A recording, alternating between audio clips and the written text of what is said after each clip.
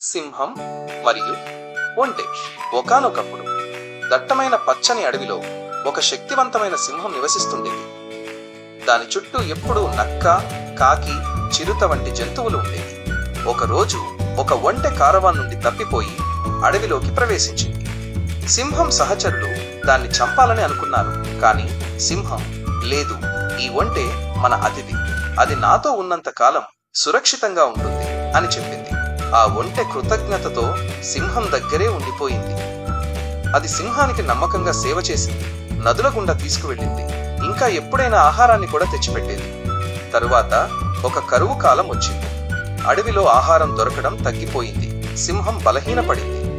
నక్క, కాకి, చిరుతలు తమలో తాము గొణుగుతూ ఒంటెను తింటే మనం బతకగలము అని అనుకున్నాయి. అది గమనించిన ఒంటె తన రాజు ఆకలితో ఉన్నట్లు చూసి, ప్రభువా, మీరు నన్ను ఒకసారి రక్షించారు, ఇప్పుడు మిమ్మల్ని రక్షించుకోవడానికి నన్ను తినండి, దయచేసి బతకండి అని ముందుకు వచ్చింది. ఈ మాటలు విన్న సింహం కళ్ళు తేమతో నిండాయి. నేను నా స్నేహితుడిని ఎప్పుడూ ద్రోహం చేయను, నీ నిస్వార్థత నా హృదయాన్ని కదిలించింది అని గర్జించింది.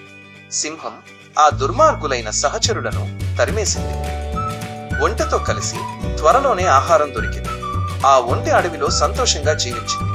అన్ని జంతువుల గౌరవం పొందింది. నీతి, విశ్వాసం మరియు నిస్వార్థతకు ఎల్లప్పుడూ మంచి ప్రతిఫలం లభిస్తుంది.